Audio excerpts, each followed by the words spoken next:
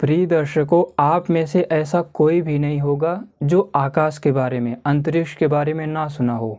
भले ही आप सभी उसे तत्वतः संरचना नहीं जानते होंगे, लेकिन आकाश होता है एक खाली स्थान होता है जिसमें हम सभी रहते हैं। हमारे सामने ये दिखने वाला खाली स्थान ही आकाश है। इतना तो आप सभी जानते ही हो। दूसरी तरफ अगर वैज्ञानिकों को देखें तो द्रव्यमान की वजह से, मास की वजह से स्पेस कर्व होता है, चार्ज की वजह से कर्व होता है, डिस्टेट होता है। डिस्टेट मतलब वो जाल जैसा है, बिगड़ जाता है। सूक्ष्म पार्टिकल उस स्पेस को प्रभावित करते हैं, अपने से जोड़ के रखते हैं। यहाँ तक कि सूक्ष्म कणों की भी गतियाँ इसी अंतरिक्ष में होती है। लेकिन स्पेस तत्व रूप में है क्या? कितना सूक्ष्म हो सकता है? पीछे की वीडियोस में आप सभी ने पृथ्वी तत्व, आपा तत्व, अग्नि तत्व और वायु तत्व की वीडियोस देख ली होंगी। तो आइए इस अंतरिक्ष को, इस जलनुमा संरचना को, इस आकाश तत्व को विस्तार से जानते हैं और ब्रह्मांड विज्ञान के इस कार्यक्रम को शुरू करते हैं। आप सभी ने कई वीडियोस में प्राण, अपान, उदान, व्यान, समान इनका नाम सुना है। छंदों का भी नाम सुना है। गायत्री, उषड़ी, कनुष्टुप, बृहति, पंक्ति, त्रिष्टुप, जगति, देवी, याजुसी का नाम सुना है। आकाश इन्हीं सूक्ष्म तत्वों का एक विशेष रूप होता है, एक यूनिट होता है। छंदों में जितने भी याजुसी छंद होते हैं, याजुसी गायत्री, याजुसी उषड़ी, याजुसी अनुष्टुप आदि, ये अंतरिक्ष का आधार होते हैं, बेस होते हैं।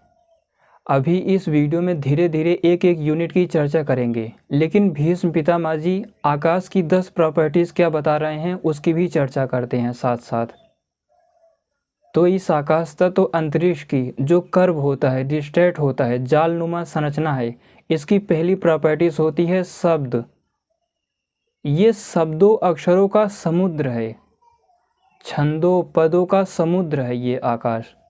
यही कारण है कि श्रोत इंद्रिय के माध्यम से, जो कि हमारे मस्तिष्क के भीतर होती है, मन से जुड़ी हुई है, वो आकाश तत्व का एक सूक्ष्म यूनिट है। उसी श्रोत इंद्रिय से हम शब्दों को सुन पा रहे हैं। ये बहुत सूक्ष्म होता है, इसे कभी भी देखा नहीं जा सकता। आप लोग मेरे मुख से निकले हुए एक एक अक्षर को, शब्दों को समझ रहे होंगे, समझने का प्रयास कर रहे होंगे।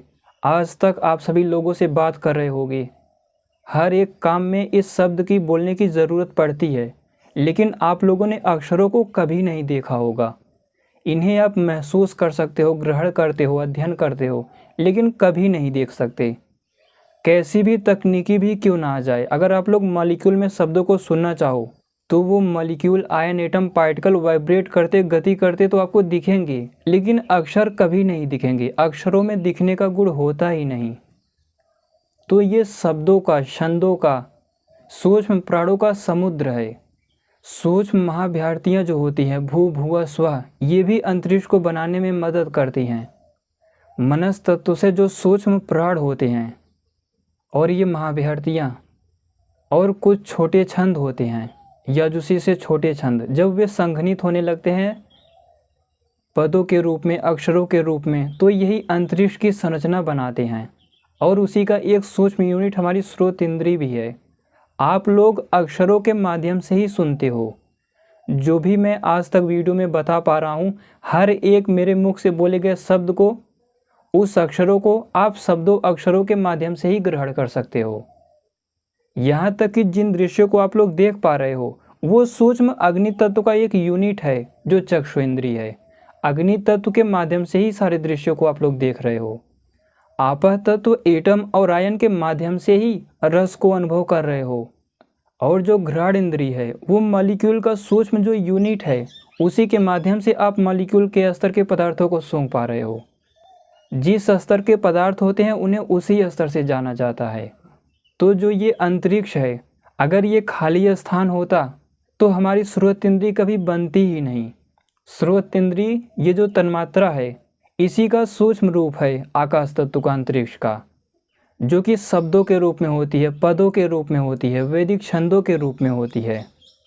भीष्म पितामह जी ने इसकी दूसरी प्रॉपर्टीज़ बताई, व्यापकता। ये बहुत विस्तृत होता है, व्यापक होता है। आप में से ऐसे अनेकों कमेंट आते हैं कि ब्रह्मांड कहाँ तक है। अगर ब्रह्मांड सीमित है तो ये कहाँ तक हो सकता है? इसका जवाब यही है, जब आप सभी यहाँ से चलते जाओगे ब्रह्मांड में दूर तक। हालांकि ये पॉसिबल नहीं है, लेकिन अगर आप कल्पना करें कि यहाँ से चलते जा रहे हो तो एक ऐसी भी ब्रह्मांड की स्थिति आएगी जहाँ पर आपको अंतरिक्ष दिखेगा, पार्टिकल आदि सब दिखेंगे, 500 महाभूत, लेकिन वहाँ पर कोई ग्रह नहीं होगा। एक सीमा आएगी, वहाँ पर कोई तारा नहीं होगा। उसके भी आगे जब आप चलते जाओगे तो आपको मॉलिक्यूल का एक समुद्र मिलेगा। उससे भी आगे चलते जाओगे तो एटम आयन मिलेंगे, यानी पृथ्वी तत्व के बाद आपा तत्व। उससे भी सूक्ष्म चले जाओगे तो अलग अलग पार्टिकल की स्टेट मिलेगी। तो उससे भी सूक्ष्म और आगे जाओगे तो वायु तत्व आपको मिलेगा, vacuum energy, dark matter, dark energy. लेकिन और सूक्ष्मता में जब चलते जाओगे, हालांकि कुछ डार्क एनर्जी स्पेस के भी स्तर की होती है, अंतरिक्ष के भी लेवल की होती हैं, लेकिन वायु तत्व के बाद जब आप चलते जाओगे तो केवल अंतरिक्ष रहेगा। तो वैसे ही अंतरिक्ष के बाद मनस तत्व, फिर महत तत्व, उसके बाद ब्रह्मांड की सीमा खत्म हो जाएगी। तो ये बहुत विस्तृत है, व्यापक है। जितने भी दृश्य आंखों से देख सकते हो, शब्दों के द्वारा सुन सकते हो, सूंघ कर जान सकते हो, स्पर्श करके जान सकते हो, उनमें ये आकाश सबसे विस्तृत है। दिनचर्या में भी आप लोग देख रहे होंगे कि जो शब्द होते हैं, इन्हीं के माध्यम से आप लोग बात कर पाते हो। एक स्थान पर बैठकर दूसरे देश में किसी से दूर दूर तक की ध्वनियों को सुन पाते हो। पार्टिकल, वेव, सब कुछ इसी विशेष ध्वनि से बना हुआ है। तो ये बहुत विस्तृत है, बहुत व्यापक है। जो यजुषी बृहति छंद होता है, यजुषी गायत्री 6 अक्षर, यजुषी उषडिक 7 अक्षर, यजुषी अनुष्टुप 8 अक्षर, यजुषी बृहति 9 अक्षर। तो 9 अक्षर के वेदों में जितने भी आप लोग छंदों को देखोगे, या फिर जो दैवी बृहति है, चाहे भू, भुव, स्व मिला लो, 4 अक्षर हो गया, या फिर और वेदों में जितने भी पद हैं, वे अंतरिक्ष की यूनिट को बनाते हैं, अंतरिक्ष को घेरे रहते हैं चारों तरफ से। इस आकाश तत्व अंतरिक्ष की जो अगली प्रॉपर्टीज़ है वो है छिद्रता, छिद्र। ये आकाश तत्व छिद्र रूप होता है, जाल के जैसा होता है। जैसे आप लोगों ने फुटबॉल खेलने का जाल देखा होगा या फिर मकड़ी का जाल देखा होगा, अंतरिक्ष की यूनिट इसी प्रकार होती हैं। हालांकि जाल की जो यूनिट होती है या फिर मकड़ी का जाल, वो अपने स्थान पर घोड़न घूमती हुई नहीं दिखाई देती, लेकिन जो अंतरिक्ष का जाल होता है वो अपने स्थान पर घूमता भी है। अंतरिक्ष का एक जाल दूसरे से सूक्ष्म प्राणों की वजह से जुड़ा हुआ है। प्राण भी 10 होते हैं। एक जो ग्रावा होता है, आत्मा बोलते हैं उसे। आध्यात्मिक दृष्टि से देखोगे तो वो आत्मा जीवात्मा की बात हो जाएगी, लेकिन अगर आधिदैविक दृष्टि से देखोगे तो वो आत्मा सूत्रात्मा है। सूत्रात्मा एक ऐसा सूक्ष्म प्राण है जो 10 प्राणों के अंदर होता है, प्राणपान आदि सबके केंद्र में रहता है। ये भी बहुत सूक्ष्म होता है। वास्तविक नाम इसका आत्मा है। संघनन की प्रक्रिया से या फिर सबके अंदर केंद्र रूप होने से इसे सूत्रात्मा कह देते हैं। तो इन्हीं सूक्ष्म प्राणों का एक तो आकाश तत्व कंटेंट होता है, इसी वजह से आकाश की एक यूनिट दूसरे से जुड़ी रहती है। और ये छिद्र जैसा है, हम सभी हमेशा इसमें चलते रहते हैं। पार्टिकल कण ये सबको जानने के लिए अवकाश देता है। इस आकाश तत्व के एक एक सूक्ष्म यूनिट के भी बीच में मनस तत्व भरा हुआ है। उससे भी सूक्ष्म जाओगे तो प्रकृति भरी हुई है। तो जैसे मकड़ी का जाला होता है, आप सभी ने देखा होगा, वैसे एकदम स्पष्ट रूप से कुछ विशेष छंदों से, वाइब्रेशन से ये आकाश तत्व बना हुआ है। क्योंकि मास हो गया, चार्ज हो गया, विद्युत हो गया, हीट हो गया, टेम्परेचर हो गया, इन सब की उत्पत्ति कुछ विशेष सूक्ष्म प्राणों और छंदों से होती है। तो आकाश तत्व भी प्राण व छंदों के रूप में होता है, इसीलिए इसमें भी चार्ज होता है, इसमें भी मास होता है। आकाश में भी पार्टिकल आदि इससे अट्रैक्ट होते हैं, रिपेल होते हैं, उसको वो बांधे रखता है, पकड़े रहता है, क्योंकि उसमें भी मास होता है, चार्ज होता है। लेकिन ये द्रव्यमान, मास, चार्ज, विद्युत, इन सब की शुरुआत है, इसीलिए कम होता है। हम लोग उसे निग्लिजिबल बोल देते हैं या फिर न जानने की वजह से बोल देते हैं कि उसमें होता ही नहीं। तो ये सूक्ष्म प्राण अपान उदान के वाइब्रेशन से बनता है। ये वही प्राण अपान उदान है जिसकी चर्चा पीछे कई वीडियो में की जा चुकी है। हालांकि आगे सूक्ष्म प्राणों की चर्चा अक्षरों के रूप में, कितने अक्षर होते हैं, कैसे होते हैं, इन सब की चर्चा आगे किसी वीडियोज़ में की जाएगी। लेकिन पीछे कई वीडियोज़ में आप लोग इनके बारे में सुन चुके हो। तो ये आकाश तत्व छिद्र रूप होता है। इसके यूनिट के बीच में छिद्र होते हैं, नेट नुमा, जाल नुमा संरचना होती है इसकी। अगली प्रॉपर्टीज़ है अनाश्रय। ये आश्रय रहित है। सारे जितने भी इसके आगे के महाभूत होते हैं वो इसी में रहते हैं। लेकिन ये अंतरिक्ष आकाश ऐसा कोई भी तत्व नहीं है जैसे पृथ्वी तत्व है, जैसे आपा तत्व है, वो इनसे बिल्कुल अलग है। ये पृथ्वी हो गई या मॉलिक्यूल हो गया, आयन एटम हो गए, पार्टिकल हो गए, ये सब अंतरिक्ष में टिके हुए हैं। अंतरिक्ष ही इन सूक्ष्म स्थूल पदार्थों को आश्रय देता है।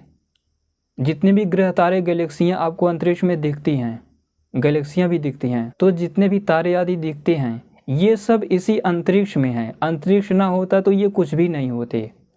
तो ये सारे पदार्थ अंतरिक्ष में दिखने वाले सभी तारे इस अंतरिक्ष के आश्रय हैं। आश्रय मतलब किसी को शरण दे देना, किसी को रहने के लिए बोल देना। तो ये सब अंतरिक्ष में रहते हैं। हालांकि वो भी किसी से बना है, उसका भी कोई आधार है, मनस्तत्व है, लेकिन वो इस प्रकार आश्रय नहीं है जैसे एटम में पार्टिकल्स रहते हैं, जैसे मॉलिक्यूल में एटम व आयन रहते हैं। यह पार्टिकल के अंदर वैक्यूम एनर्जी होती है। जितने भी सूक्ष्म महाभूत होते हैं अंतरिक्ष आकाश तत्व को छोड़कर आगे के, उन सब में इस शब्द नामक प्रॉपर्टीज़ होती ही होती है। जैसे किसी का गंध प्रॉपर्टीज है मॉलिक्यूल की या पृथ्वी तत्व की, आपा तत्व की रसना है, रस गुण है, अग्नि तत्व का गुण है देखना चक्षु इंद्रिय, वायु तत्व का स्पर्श गुण है। तो इन सब में आकाश तत्व होता है, अक्षर भरे हुए हैं, अक्षरों से ही ये बना हुआ है। लेकिन जब एक बार पदार्थ सृष्टि के आदि में ही अंतरिक्ष से बन गया था, उसके बाद तब से ये अंतरिक्ष में निर्बाध रूप से घूम रहे हैं। इन सब का आश्रय है वो। तो सूक्ष्म महाभूतों में ये सबका आश्रय है, अंतिम आश्रय है, क्योंकि ये इन महाभूतों से बहुत सूक्ष्म होता है और अक्षरों शब्दों के रूप में होता है। इस अंतरिक्ष की आकाश तत्व की अगली प्रॉपर्टीज है अनालंब। ये आलंब रहित है। आलंब कहते हैं नींव को। जैसे सूक्ष्म महाभूतों को क्रम से देखते जाएं तो पृथ्वी तत्व सबसे बड़ा होता है, मॉलिक्यूल, पार्टिकल, आयन एटम या वैक्यूम एनर्जी सबसे बड़ा होता है। तो ये सारे पदार्थ उसमें आलंबित हैं। इन सब के लिए वो नींव है, एक बेस है, आधार है। मैं सूक्ष्म महाभूतों की बात कर रहा हूँ पांचों, क्योंकि इसका भी कुछ नींव होता है, मनस्तत्व। लेकिन ये 5 सूक्ष्म महाभूतों की बात की जा रही है। ये खुद किसी सूक्ष्म महाभूत के आश्रित नहीं है, लेकिन सारे जितने भी इसके बाद के चारों महाभूत हैं वे सब इसके आश्रित हैं, आलंबित हैं इस पर। उन सब के लिए ये नींव रूप है। इसीलिए इसे नींव या आधार कहते हैं, इसीलिए इसे बेस कहते हैं, क्योंकि कोई कण जब एक दूसरे से मिल रहा होता है तो आकाश की यूनिट ही आपस में मिलती हैं, उनका कोई हानि नहीं होती। जैसे कोई पार्टिकल नष्ट हुआ तो वैक्यूम एनर्जी तक जाके वो मिल जाएगा, समाप्त हो जाएगा। लेकिन इस सृष्टि यजन प्रक्रिया का आकाश तत्व तक विशेष प्रभाव होता ही नहीं। कुछ सूक्ष्म मसूर पदार्थ हो सकते हैं जो आकाश को बाधा पहुंचा सकते हैं, बाकी स्थूल जितने भी उसके बाद वैक्यूम एनर्जी से आगे पार्टिकल होते हैं, मॉलिक्यूल, आयन, एटम, ये स्पेस की यूनिट को तोड़ नहीं पाते। स्पेस ऐसा पदार्थ नहीं है जब 2 कण आपस में मिल रहे होते हैं तो वो पार्टिकल में बदल गया। वो जैसा है वैसे ही रहता है, बस वो कर्व होता है, डिस्ट्रैक्ट होता है, या कोई पार्टिकल में कुछ कमी हुई तो उसके छंद रिश्ते रहते हैं, उसकी कमी को दूर कर सकता है, इतना है। इसीलिए इसे अनालंब कहा। ये सूक्ष्म पदार्थों में किसी पर भी आलंबित नहीं है, बल्कि सबका ये आलंब है, नींव है, बेस है, आधार है। इस अंतरिक्ष में स्पेस की यूनिट में जो विद्युत होता है, विद्युत को चार्ज नहीं बोलेंगे यहाँ पर, तो जो विद्युत होता है वो त्रिष्टुप छंदों की वजह से आता है। याजुषी त्रिष्टुप हो गया, दैवी त्रिष्टुप हो गया। जो उष्मा होती है गायत्री छंदों से आता है। यहाँ तक कि जो प्राण होते हैं, अपान होते हैं, उदान होते हैं, स्पेस को ये मथते हैं, ये भी छंदों के ही रूप में होते हैं। महाभ्यर्थियों के बाद इनकी ही उत्पत्ति होती है, तो ये भी स्पेस के कंटेंट होते हैं। और ये सूक्ष्म पदार्थ भी अनालंबित होते हैं, स्वतंत्र रूप से क्रिया करते रहते हैं। किसी असुर पदार्थ का इन पर कोई इफेक्ट नहीं हो पाता सूक्ष्म प्राणों पर। ऐसे ही अंतरिक्ष भी, स्पेस भी वैसे ही है इसकी सूक्ष्म यूनिट। भीष्म पितामह जी ने इस अंतरिक्ष की, स्पेस की अगली प्रॉपर्टीज बताई, अव्यक्त। ये अव्यक्त है, किसी भी माध्यम से किसी भी प्रकार आप इसे व्यक्त नहीं कर पाओगे। यहाँ तक कि कैसी भी तकनीकी बनाई जाए, मैंने पिछले वीडियो में ही बता दिया था कि जो वायु तत्व होता है उसे ही कभी नहीं देखा जा सकता। तो स्पेस उसके एक स्टेप बाद की बात है। किसी भी प्रकार कैसी भी तकनीकी बना ले जाओ आप, शब्दों को तो देख ही नहीं सकते, छंदों को तो देख ही नहीं सकते, सूक्ष्म प्राणों को भी देख ही नहीं सकते, उन्हें बस अनुभव कर सकते हो। और ये जो शब्दों को आप लोग सुनते हो, ये स्थूल लेवल के शब्द हैं, वैखरी और मध्यमा के शब्द हैं। तो स्पेस अव्यक्त था, अव्यक्त है और अव्यक्त ही रहेगा। इस पर मुझे ज़्यादा बोलने की ज़रूरत नहीं है, आप लोग इसको जानते होंगे। अव्यक्त मतलब जो व्यक्त ना हो, व्यक्त ना किया जा सके, जो कभी भी प्रकट ना हो। दिखाने के लिए बोल दिया जाता है कि जाल जैसा है, मकड़ी का जाल हो सकता है या किसी भी प्रकार का जाल हो, लेकिन उसमें दिखने की प्रॉपर्टीज़ तो होती ही नहीं, तो ये अव्यक्त है। इसकी अगली प्रॉपर्टीज़ है अविकारी। ये पूरी तरह अविकारी है। जैसे एक बार सृष्टि के आदि में अंतरिक्ष बन गया, उसके बाद उससे सूक्ष्म महाभूत सभी उत्पन्न होते चले गए, ग्रह तारे गैलेक्सियाँ बन गई, लेकिन अब वो अपने स्तर पर शुद्ध है, अविकारी है। अगर उसकी किसी यूनिट में कोई हानि होती भी है, कोई बैलेंस बिगड़ता भी है, तो तुरंत उसकी मनस्तत्व के द्वारा, सूक्ष्म प्राणों व छंदों के द्वारा तुरंत भरपाई हो जाती है। उसी में सब कुछ है, वो सृष्टि पर्यंत ऐसे ही रहेगा, क्योंकि जितनी भी सूक्ष्मता में हम जाते जाते हैं उसकी आयु बहुत अधिक होती है। मॉलिक्यूल की उतनी आयु नहीं होती जितनी एटम की होती है, एटम की उतनी आयु नहीं होती जितना सूक्ष्म पार्टिकल की होती है, सूक्ष्म पार्टिकल की भी उतनी आयु नहीं होती जितना वायु तत्व वैक्यूम एनर्जी की होती है, और उससे भी सूक्ष्म जो अंतरिक्ष है उसकी आयु इन सभी पदार्थों में सबसे अधिक होती है। ये अविकारी तत्व है। कोई योगी, ऋषि मुनि, महापुरुष इसी अंतरिक्ष का उपयोग करके इसके तत्वों संरचना को जानकर उसमें छिप जाता है, अदृश्य हो जाता है। ये भी आकाश तत्व की प्रॉपर्टीज़ है। ये अविकारी है, इसमें विकार नहीं उत्पन्न होता।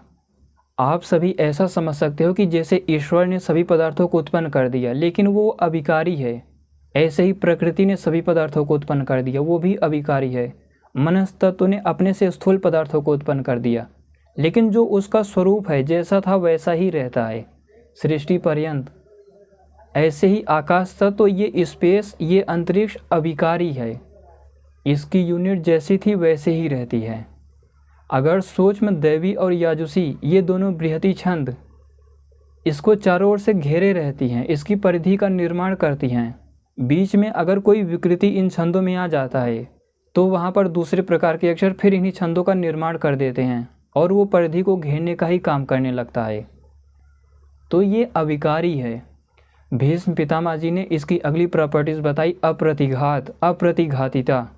आप लोग जब से जन्म लिए हो तब से आज तक इसी अंतरिक्ष में चल रहे हो, खाते हो, पीते हो, स्नान करते हो, घूमते हो, पढ़ते हो, कुछ भी करते हो, जो भी काम आप लोगों ने किया है सब इसी स्पेस अंतरिक्ष में किया है।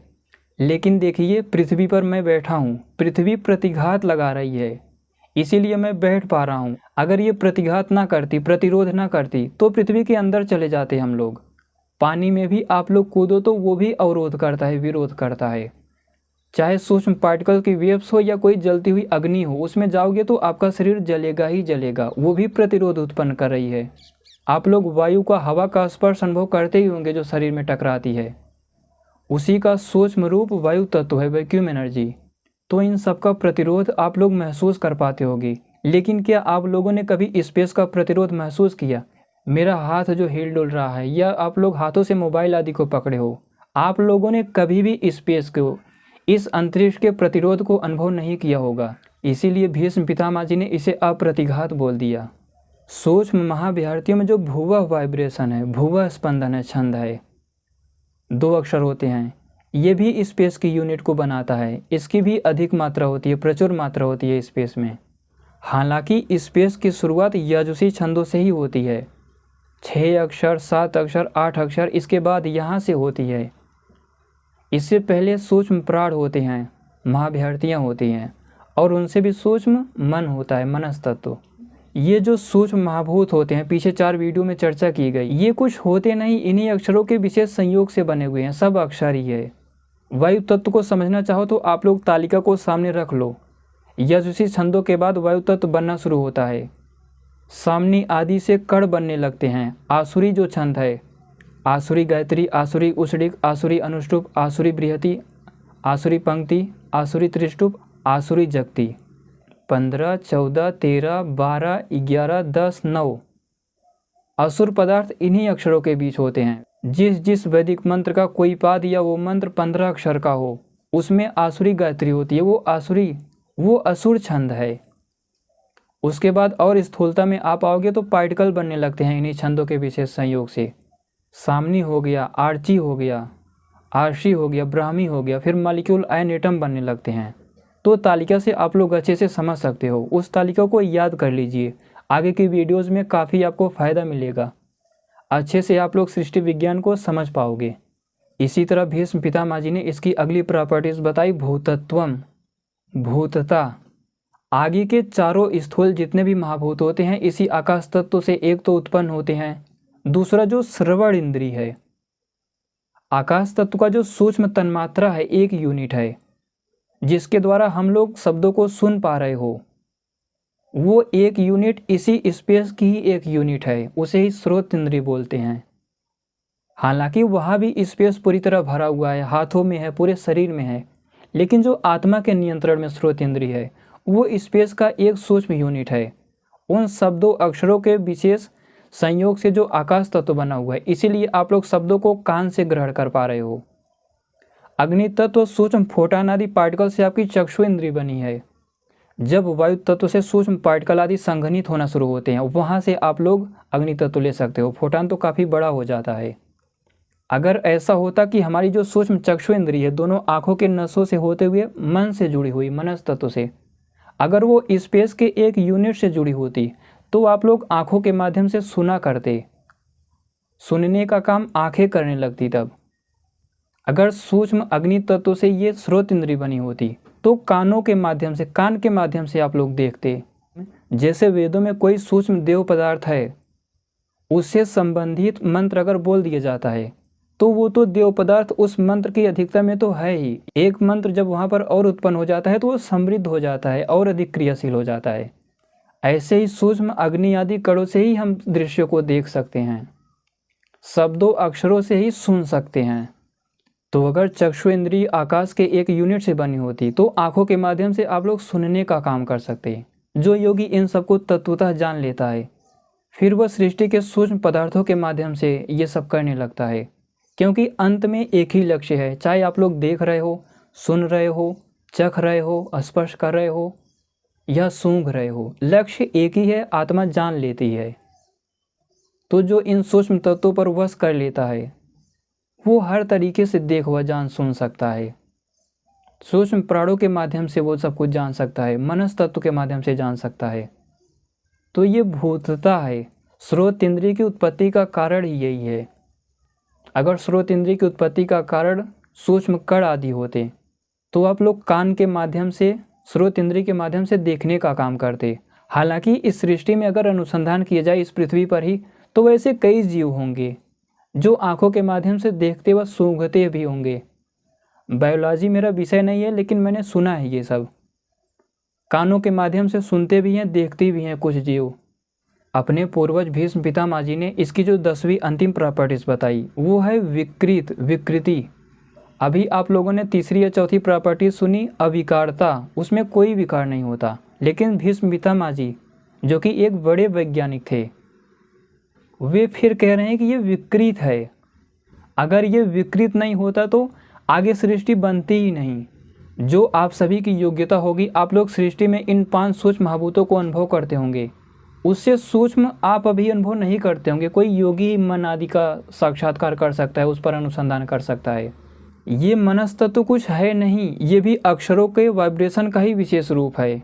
ये जितने भी अक्षर होते हैं, स्वर व्यंजन सब कुछ, हालांकि ये वाइब्रेट जरूर कर रहे होते हैं लेकिन ये एक दूसरे से क्रिया नहीं कर रहे होते। ऐसी स्थिति को सृष्टि का मनस तत्व बोलते हैं, समष्टि मन। और उसी का सूक्ष्म यूनिट ले लिया जाए तो हमारा मन है। यही कारण है कि इस मन में, मन के स्तर तक ना तो आपको मास द्रव्यमान अनुभव होता है, ना तो चार्ज, ना तो विद्युत, कुछ भी अनुभव नहीं होता। कुछ भी मन के स्तर पर आप लोग नहीं कर सकते, क्योंकि मन का काम कुछ करना है ही नहीं। वो केवल तर्क वितर्क करता रहता है, सोचता रहता है, यही उसका काम है। तो ये मन भी, जो आपका मन है, वो भी अक्षरों का रूप है।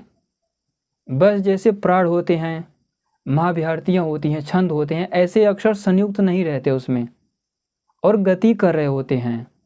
यही अक्षर महत तत्व में जो आपकी सूक्ष्म बुद्धि है उसमें भी वो भी अक्षरों का ही रूप है, लेकिन इतनी तेज वे वाइब्रेट नहीं हो रहे होते जितना मन में होते हैं।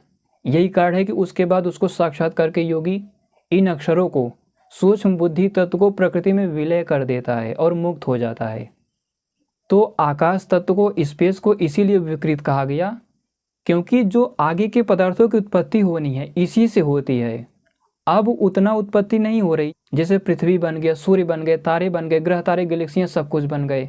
अब ऐसा नहीं होगा कि एक नई सृष्टि बन जाएगी इसी समय, या नए तारे, नए ग्रह गैलेक्सियाँ जहाँ पर बन रहे होंगे एक विशेष प्रक्रिया के दौरान कहीं कहीं बन रहे होंगे।